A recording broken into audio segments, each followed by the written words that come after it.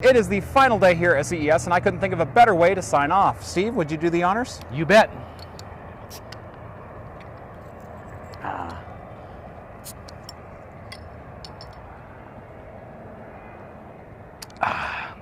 that's good. Let's talk about it. Yeah.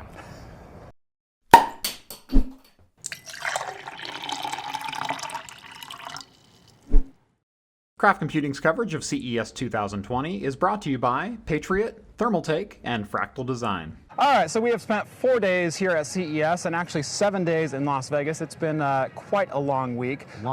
We saw a lot of really good things. We saw some not so good things, and we're just going to kind of walk through the list. So Steve, this was your first CES experience. Yep. What did you think about it? Well, I had a ton of fun. Yep. It was exhausting, but it was great fun. A lot of interesting things to see, lots of things to do, and I really wish we had a nice big tub like Adam had so I could soak my feet at the end of the day. I did not get the presidential suite, just to be clear. So you've been to Vegas before. How was this different than a normal Vegas trip to you? It was a lot more crowded. There was a lot more people around who were tech savvy.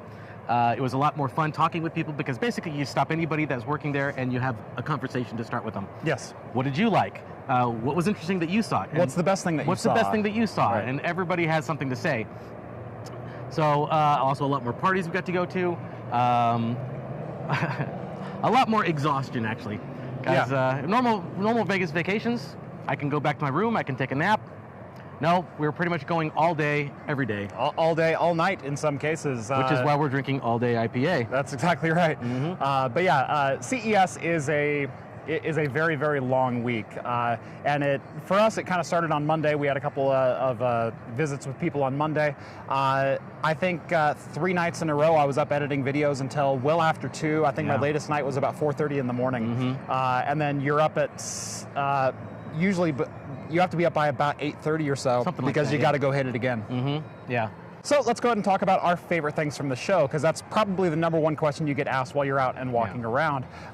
We both agree that the best thing at the show was probably the creative SXFI demo that they gave off. I do have one of those units and I will be doing a full review, but go ahead and watch my previous video if you want a little bit more information on that. My favorite thing from CES is a little bit of an AMD thing, but it's actually not the 3990. It's actually the 4800U mobile processor.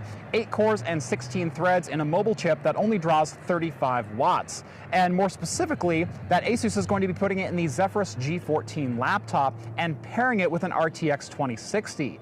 That for me is almost an immediate buy with the feature set on that laptop and the power that you're going to get both as a creator and a little bit of a side of gaming on it. It's available with up to 32 gigs of DDR4, 3200 megahertz memory, so they're actually pairing it with a good set of memory and up to a 1 terabyte NVMe drive. They haven't set pricing yet, but availability will be, I believe, sometime in the next 2 months. And like I said, just the performance, the portability, you get a 1440p IPS 60 hertz screen that does have adaptive sync, or choose up to a 120 hertz 1080p screen also with adaptive sync. It's an insane combination of hardware. And Steve, what was your favorite thing from the show? Well, I know we kind of talked about this on the Talking Heads episode, but if you haven't seen it, I'm probably going to go over it again. We were in the NVIDIA booth, and we saw the 360 hertz monitors. Yes. Now, before we first got here, we were both in agreement. We didn't think that was necessary. It was like the diminishing returns, right? Even 144 hertz and beyond, I've been very vocally skeptical of if it actually makes a difference for like everyday gaming. And I think that point is still valid. I don't think I need to play Red Dead Redemption at 144 frames per second to get the full value out of it. But when speaking of competitive gaming, oh man, there's a difference. There is a huge difference. And I understand this is probably going to be a niche market. And I probably won't pick one up until it comes down in price quite a bit. But just the fact that, yes, it's true. There is a big difference, and here was a demonstration. You can put your hands on it, you can do it yourself, and you can feel and tell the difference yourself. And it really was there. Yeah, so they had 2 different monitors set up side by side, the exact same panel, one of them running at 360 frames per second. The other one, you could switch it going between 240, 144, 120, 90, and 60. And so you had a lot of variance in the range of what's available today. And let me tell you, I walked into the booth going, there's not going to be a difference between 360 and 240. There was a very, very visual and distinct difference between those 2 frame rates. They also had some interactive demos. One of them both of them running CSGO. and basically it was a guy walking through a doorway. If you've seen the Linus Tech Tips video, they actually ran that demo on his show. But it was a guy walking through a doorway, and our job was to snipe him 10 times as he walks through.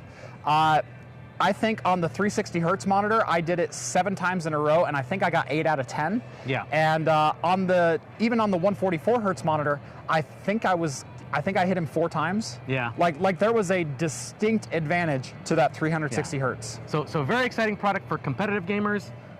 For your casual gamers, like probably going to be a bit much, but still, in a couple years, the price might come down. It might be more commonplace.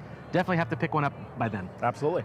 Now on to, I don't want to say worst things of CES because I think it's putting it too harshly, but maybe disappointments. I think my disappointment this year is the lack of any large announcement. From AMD, we got the 3990 64-core processor that really, it's the most powerful processor that's really ever been made, but it's so far beyond anything we've had before, there's really not a use case for it outside of like high-end 3D animation departments. The average user, even like on a rendering rig, Premiere isn't going to be rendering past 32 cores in most instances. You're going to start losing performance, and there's other bottlenecks in the system that are going to prevent you from using 64 cores, not the least of which is software. But again, we're kind of mid-cycle on just about everything here. Graphics cards, CPUs, motherboards, there's nothing really new and exciting on like the main product fronts. And my last 2 CESs, that has been absolutely not the case. What about you? What was your disappointing thing? Yeah, the most disappointing thing I would say on the show floor, there was a lot of VR stuff, of course, going on, and there was some neat VR stuff too. But something that I was kind of excited to see, because I've never seen it before and I've always been intrigued by it, was the haptic feedback controls. Basically, it's just a glove that you put on, and it's supposed to help give you a feel for the virtual world. There's some resistance on the haptic feedback, so you grip, and it's supposed to like stop on the object you're supposed to grip. You can't move it anymore. It's supposed to have some vibrations and stuff like that. I finally got to try one, and they ran me through a demo where you're picking up a block, like a heart was beating in your hand, and you're supposed to put your hands over a surface, and you're supposed to feel it rough or smooth. And to be honest, it was a little disappointing. More gimmicky than anything. There has to be more improvement on that type of technology to really sell me on it. Yeah. Right now, it just feels like a gimmick. Yeah, that was also disappointing to me, just hearing your feedback. I didn't get to try that demo in particular, but being a major VR junkie that I am, I've been waiting for kind of some haptic feedback to happen outside of like vibration controls. Yeah. Even something as simple as like the iPhone haptic feedback engine inside the phones, I think would be wonderful to integrate into a controller. And so I'm kind of curious to see where this market goes. I'd really like to see it expand and get better, but at the moment, there's just not much there. No, it isn't. And I think that is going to wrap up our coverage here at CES 2020. Thank you guys so much for watching all of these videos. Again, it has been a very long week and a little bit of a labor of love, but it's beautiful out here today, so I figured we'd film out on the roof. Yep. Huge shout out to our sponsors, Fractal Design, Patriot, and Thermaltake for sending me out here. Couldn't have done it without you guys. Make sure to click on their videos, and links are down in the video description to them as well. As for me, we got to board a plane here in about 12 hours, so let's go do that, and we'll see you all in the next video. Cheers. Cheers all. Cheers, Steve.